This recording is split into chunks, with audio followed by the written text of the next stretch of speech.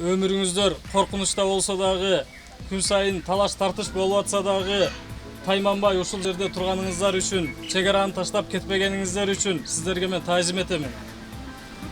Экинчиден, бул жер мамлекет үчүн стратегиялык мааниге ээ экенин биздин кээ бирки адамдар түшүнбөй атат.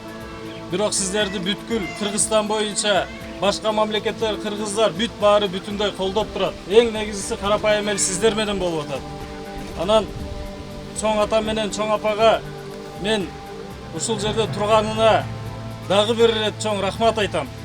Андан сырткары, ошо мына Баткенден, мен өзүм Бишкектен келдим атайын. Мына өткөндө да 1 жыл мурда 13 мартта чек арада чыр болгондо Варух менен Тажикстанга кошула турган коридор берет дегенде Камчы Кыдыршайыш менен биз жолго келгенбиз.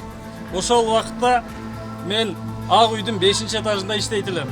Ошо кызматыма карабай Баткенге келип, ушу сиздерден кабар алайын деп, ушу чек арабызда тынчтык болсун, элибизге бир аз болсо дагы келип көрүп кетели деп келгенбиз. Андан кийин Бишкекке барып бир нече талаптарды коюп, Камчы Кыдыршайыш менен пресс-конференция берип чыкканбыз. Ошонун натыйжасында мен жумуштан алынганмын. Бирок, урматтуу элим, мына мен Баткендик катары, мен Кыргызстандын жараны катары айтамын. Мен үчүн эч качан кызмат элимден, жеримден артык болбойт. Башыңыздарга ушундай оор күн түшүп атса дагы, сиздер менен биз биргебиз. Чек араны чечүүнүн жолдорун биз сиздер менен сүйлөшүп атабыз, акылдашып атабыз, билебиз, айтып келатабыз. Кыргызстан өзүңүздөргө белгилүү болгондой Тажикстандан эч кандай көз каранды мамлекет эмес.